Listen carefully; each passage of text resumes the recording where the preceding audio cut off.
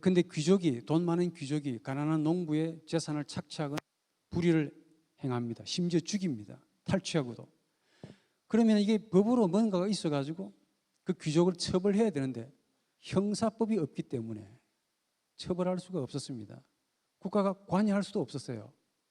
그래가지고 대충 벌금을 매겨가지고 벌금으로 서로 알아서 하라라는 식으로 대충 그렇게 넘어갔습니다. 그런데 거기서 많은 비리가 나오는데 특히 누구의 비리가 루트의 눈에 자극이 되는 거 하니까 추기경, 종교인들.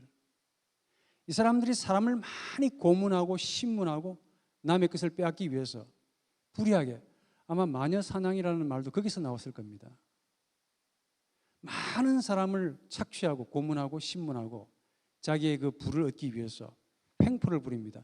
그런데도 저분들이 법이 없기 때문에 멀쩡하게 살아갑니다. 이 모든 폐역과 부패가 전부 종교인들에 의해서 주도되었다는 사실을 루터가 직시합니다. 교회가 바로 비리의 온상이다 라는 생각을 절로 가지게 되겠죠.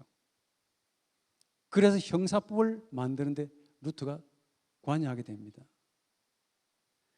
그러면 이 카롤리나 형법이라고 하는 이 고통의 법력 형사법은 누가 만들었냐면은 요한 폰 이 슈바르첸베르크라는 법학자가 만들었는데 이분이 바로 루터의 종교 개혁에 합세한 아주 훌륭한 법학자입니다. 자, 이런 이야기를 듣고 보면은 우리 예수 믿는 분 가운데 훌륭한 법학자도 많이 나와야 될 것 같습니다. 여러분들이 교육을 잘, 자녀들을 훈련을 잘 시키셔가지고 훌륭한 변호사, 판사, 검사 나오셔야 돼요. 이 마틴 루터가 종교 개혁에 성공한 이유를 몇 가지 들다 보면 이런 분들의 힘이 굉장히 컸습니다. 이분이 바로 종교 개혁에 앞장서는 이 법학자가 되었기 때문에 그렇습니다. 거기에서 이분이 주도하에 만들어진 이 고통의 법력, 소위 형사처벌법의 그 조항이 나오는데 그 칭의라는 개념이 나옵니다. 특히 214조 항에 이런 말이 나옵니다. 손상된 어떤 자가 고통으로 고소하기를 원하지 않는다고 해도 그 사람의 경우에 따라서 국가가 형사처벌할 수 있어야 한다 이렇게 말합니다. 제가 드리고 싶은 말은 이런 그 내용, 구체적인 내용이 아니고 복음과 관련해서 루터의 십자가 신학을 말하기 위함입니다. 칭의란 원래는 루터 시대에는 이 고문하고 신문하는 것을 뜻했습니다. 참 특이하죠. 당시 죄를 지은 사람은 감옥에서 엄청난 고문과 신문을 받아야 했습니다. 심지어 그 고문과 신문 때문에 죽어나가는 경우가 허다했습니다. 루터 그 시대에는 고문하고 신문하고 심판하는 그 행위를 가리켜 칭의라는 말을 썼습니다. 독일어로 그 레히트 페르티겐이라는 말을 썼는데 레히트가 뭐냐면 법, 페르티겐 끝낸다. 법으로 끝내는 것을 칭의라고 불렀단 말이에요. 법으로 끝장을 내는 것을 칭의라고 합니다.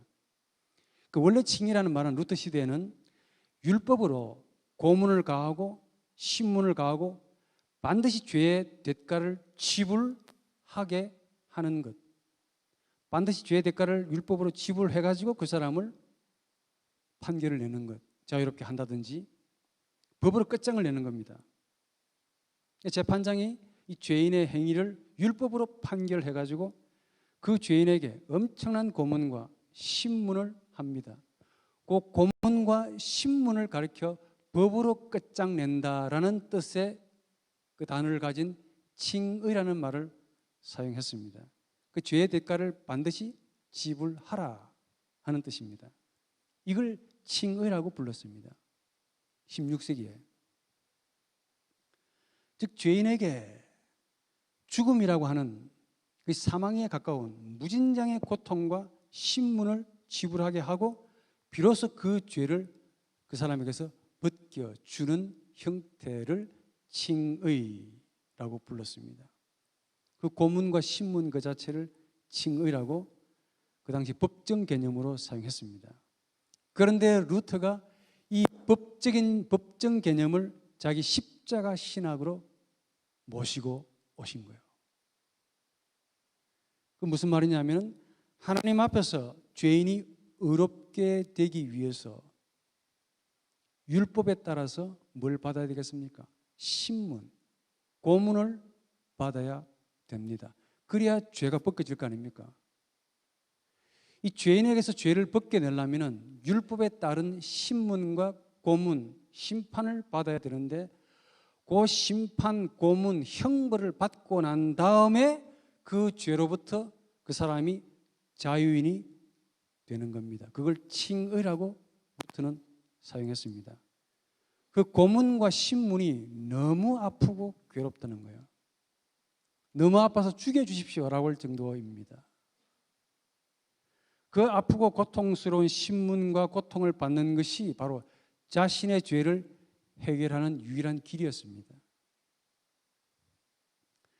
그래서 루터가 율법을 가리켜서 죽이는 자, 감옥이다 이렇게까지 비유했습니다. 여기에서 즉 율법에서부터의 해방은 죽음에서부터의 해방과 동일합니다. 그 정도로 괴로운 거예요. 처절하고 아주 피나는 고통스러운 신문과 고난을 통해서 얻어지는 겁니다. 자유가. 그런데 죄인이 받아야 할 고통과 고난, 신문, 그 죄인이 마땅히 받아야 할 처소입니다. 형벌이고. 왜냐하면 죄인이기 때문에. 그 자리에 그리스도가 대신 받으신 겁니다. 하나님은 판사가 되시고 그 법을 누가 만들었냐면 하나님이 만드셨거든요. 율법을.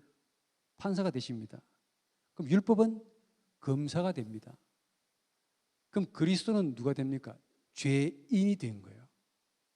그러니까 하나님이 만든 율법으로 검사가 율법이 되어가지고 죄인을 신문하고 고문하고 형벌을 가합니다.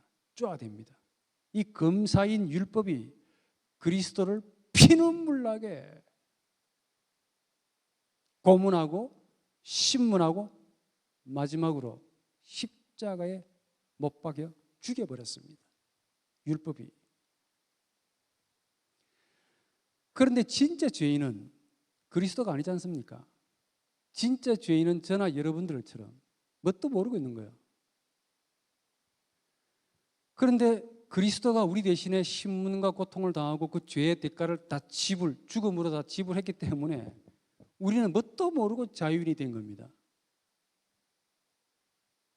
이게 바로 루터의 칭의 사상입니다. 그래서 어떤 신학자는 이 루터가 바울의 칭의 사상보다 더 넘어갔다라고 평가하기도 합니다. 저는 여러분들은 어릴 때부터 이 칭의 개념에 대해서 잘 들으셨고 이해하셨을 것으로 그렇게 봅니다. 이 칭의 사상이 이 바울과 루터의 핵심이라는 사실도 잘 알고 계시겠죠. 그런데 정작 그 내면을 들여다보면 처절하기만큼 비참한 아픔, 고통, 환난, 괴로움이 그게 들어가 있다는 사실을 아셔야 됩니다. 예수와 율법이 처절하게 법정에서 싸웁니다. 하나님이 그 율법을 주셨거든. 법대로 하라 이게요. 그래서 율법은 그리스도에게 처절하게 죄인은 반드시 죄에 대한 형벌을 받아야 되지 않겠습니까? 라고 당신의 아버지가 나에게 율법에게 주었다 이게요. 그래가지고 죄인을 보면은 율법이 가만히 있지를 못합니다. 반드시 뿌리를 뽑습니다. 법으로 끝장을 내는 거야. 끝까지 해보자 이게. 율법은 원래 이 죄인을 향해서 손가락질하기 시작합니다. 너 인간, 너 죄인이지 않느냐? 죄 더하기 인. 죄가 사람을 덮고 있습니다. 사람이 죄를 가지고 있는 것이 아니고 죄가 인간을 가지고 있는 거죠. 죄라는 것은 우리 인간의 한 요소가 아닙니다. 인간은 죄인이고 죄인은 인간입니다. 동의어입니다. 이 벗겨낼 수가 없어요. 율법은 그 점을 너무 잘 압니다. 그래서 죄에 대한 형벌을 지불해야 되는데 지불하라고 계속 정죄합니다. 그럼 죄의 형벌을 지불하게 되면 죄인은 어떻게 됩니까? 죄가 이 사람을 가지고 있기 때문에 사람이 죄를 가지고 있으면 한 부분만 떼주면 되겠죠. 만약에 우리가 이 죄라는 팔을 하나 가지고 있으면 그래 떼가거라. 그럼 팔 한 개 떼줘도 우리는 살아갈 수 있습니다. 그렇죠? 그런데 죄가 사람을 가지고 있다고 가정해 보십시오. 머리에서 발끝까지 전부 죄입니다. 어디 한 개를 떼줄 수가 없어요. 한 부분이 아닙니다. 그러면 이 죄에 대한 대가를 지불하려면 다 지불하고 나면 뭐가 남습니까? 뭐가 남게요? 사망, 1 사망, 2 사망, 3 사망. 사망이 남습니다. 죽습니다. 율법이 우리 죄인을 향해서 손가락질하면서 하나님이 가라사대 죄인은 반드시 죽게 되었다. 벌 받아라. 정죄를 하고 비난하고 죽으라고 이치에 맞게 로고스에 맞게 그렇게 쪼아댑니다. 손가락질하고 검사가 되어가지고 정죄를 하고 비판을 합니다. 그런데 죄인인 우리는 입에서도 말을 못합니다. 왜? 죄인이기 때문에. 죄라는 한 요소를 가지고 있는 것이 아니고 죄가 우리를 가지고 있기 때문에 대꾸도 할 수가 없어요. 대항할 능력도 없습니다. 더 놀라운 것은 본인이 죄인인지도 몰라요. 여러분들 제외하고 저 밖에 있는 사람들은 죄가 무엇인지도 몰라. 제가 아까 세상법에 대해서 이야기했죠. 그 법만 안 어기면은 본인이 죄를 짓지 않았다라고 그렇게 여깁니다. 심지어 말하기를 율법이 왜 나에게 저렇게 밉게 정죄를 하느냐라고 그렇게 욕을 합니다. 별로 관심도 없습니다. 그냥 태어났으니까 이렇게 살다가 저렇게 살다가 이 모양 저 모양으로 살다가 그냥 가자. 어디로 갑니까? 심판, 지옥으로 가게 되어 있습니다. 죄인의 운명이. 율법은 이 점을 너무 잘 알기 때문에 그 율법은 누구로부터 법을 받은 겁니까? 하나님으로부터 받았거든. 너무 잘 알기 때문에 계속 긁어 넘어집니다. 그래서 죄인인 우리는 이 율법의 정죄를 도무지 이길 수가 없습니다. 그런데 여기서 반전이 일어납니다. 그 율법의 정죄와 심판을 대신 누군가가 나 대신에 누군가가 당해주면은 해결이 된다는 거예요. 죄인이 삽니다. 그 대신 누군가가 누굽니까? 그리스도가 되시죠. 이 그리스도께서 죄인의 자리에서 형벌을 대신 받습니다. 그것도 처절하게, 고통스럽게 살과 피를 다 찢기면서 괴로움과 아픔에 토설을 합니다. 하나님을 향해서 뭐라고 외칩니까?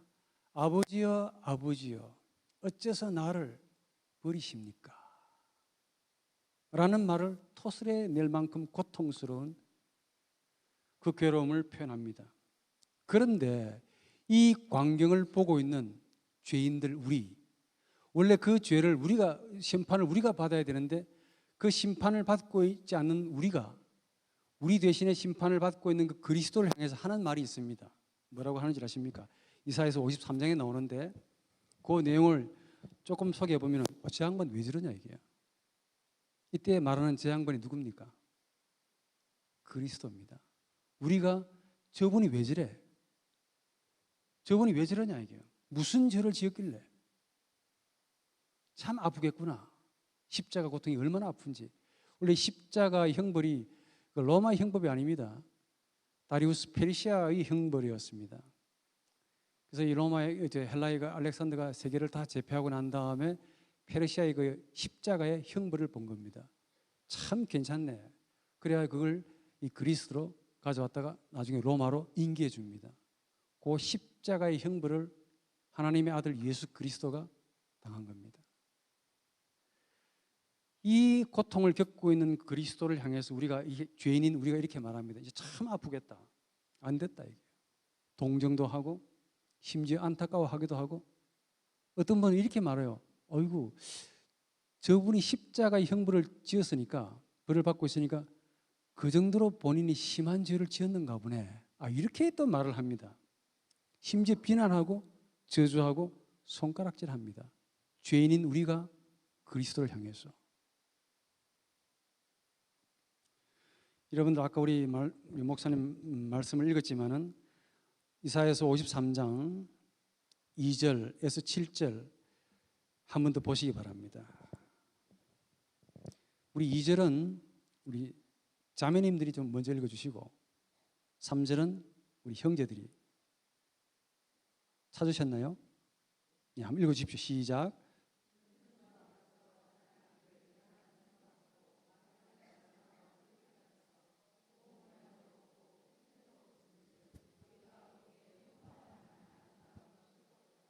네.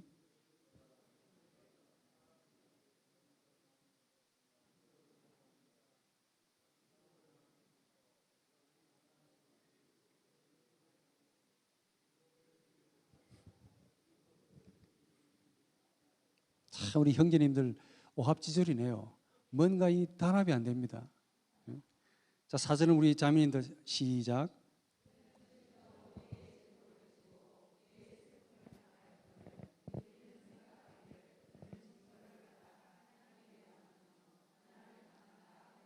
예.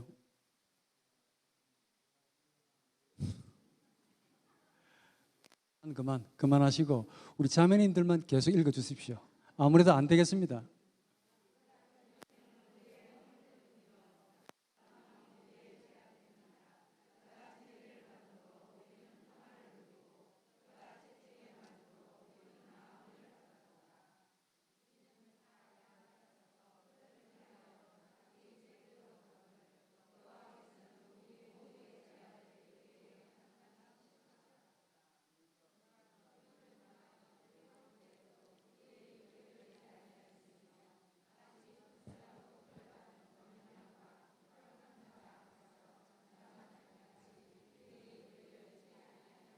예. 이 루트의 이 칭의 사상을 좀 알고 이 본문을 보니까 실감나지요. 이게 우리 죄인과 율법 그리고 그리스도 사이의 관계입니다. 칭의는 죄인을 아가페 하시는 하나님의 자기 희생입니다. 자신을 죽였던 그 말이에요. 자신이 만든 율법으로 자신을 거기에 죽여버립니다. 그 율법을 폐기하지 못하니까 율법의 정죄함을 그대로 하나님이 스스로 받습니다. 죄인이 받으면 죽어나가기 때문에 하나님이 받습니다. 즉 하나님의 죽음이죠. 죄를 분노하는 하나님이 하나님 자신을 죽여버렸습니다. 율법으로. 죄를 분노해서 율법으로 자신을 죽여버립니다. 이걸 하나님의 죽음이라고 마틴 루터는 이야기합니다. 아들을 율법 아래에 두고 그 아들을 본인이 만든 율법으로 쳐 죽입니다. 처절하게. 그 대신에 그 자리에 있는 그 우리를 끌어가지고 끄집어낸 거야. 살리셨습니다. 너 자유롭다. 이제 가라. 더 이상 율법의 정죄함이 없으니까 너 자유로우니까 가라. 아들의 피를 지불하고 더 이상 우리가 율법의 종이 되지 않도록 너 자유롭다. 그리고는 그 자유인이 된 죄인을 자신의 양자로 삼으신 거예요. 그리스도의 자리에 우리가 와 있습니다. 아들을 버리고 그 아들을 율법의 정죄 아래 무참히 죽여버리고 그 죄인의 자리에 있는 우리를 끌어내가지고 아들의 자리에 앉혀 놓은 겁니다. 로마서 8장에 보면은 우리를 정하시고 부르시고 너 의롭다 칭의 우리를 영화롭게도 하셨다 이렇게 나옵니다. 이게 하나님의 아가페입니다. 지금 여러분들이 제 말을 제대로 이해하셨다면 아까 우리 플라톤이 말했던 이 에로스 정신적인 자기사랑을 가지고 이 아가페를 이해할 수 있겠습니까? 절대로 이해가 안 될 겁니다. 그래서 성경 기자들이 그 당시 그렇게 흔하게 썼던 에로스를 안 쓰고 사용하지 않았던 아가페라는 단어를 성경에다 담아놓은 이유입니다. 이 하나님의 대속의 죽음, 속량의 죽음, 이 구원을 위한 대속적인 죽음은 에로스로는 절대로 이해가 되지 않을 겁니다. 그리스도 예수의 대속적인 죽음, 이게 바로 죄인을 향하신 하나님의 조건 없는 아가페입니다. 이 아가페가 에로스와 일치합니까? WCC가 맞냐고? 다른 종교에서 사랑을 말하니까 똑같습니까? 불교도 사랑을, 유교도 사랑을 다 똑같습니까? 우리의 이 알량한 에로스로 과연 하나님의 죽음을 이해할 수 있겠습니까? 제가 이 강의의 마지막 명언을 통해서 강의를 이제 마칠까 합니다. 에로스가 없으면은 우리는 살아갈 수가 없습니다. 그러나 아가페를 알지 못하면은 절대로 그리스도인이 아닙니다. 기도하겠습니다.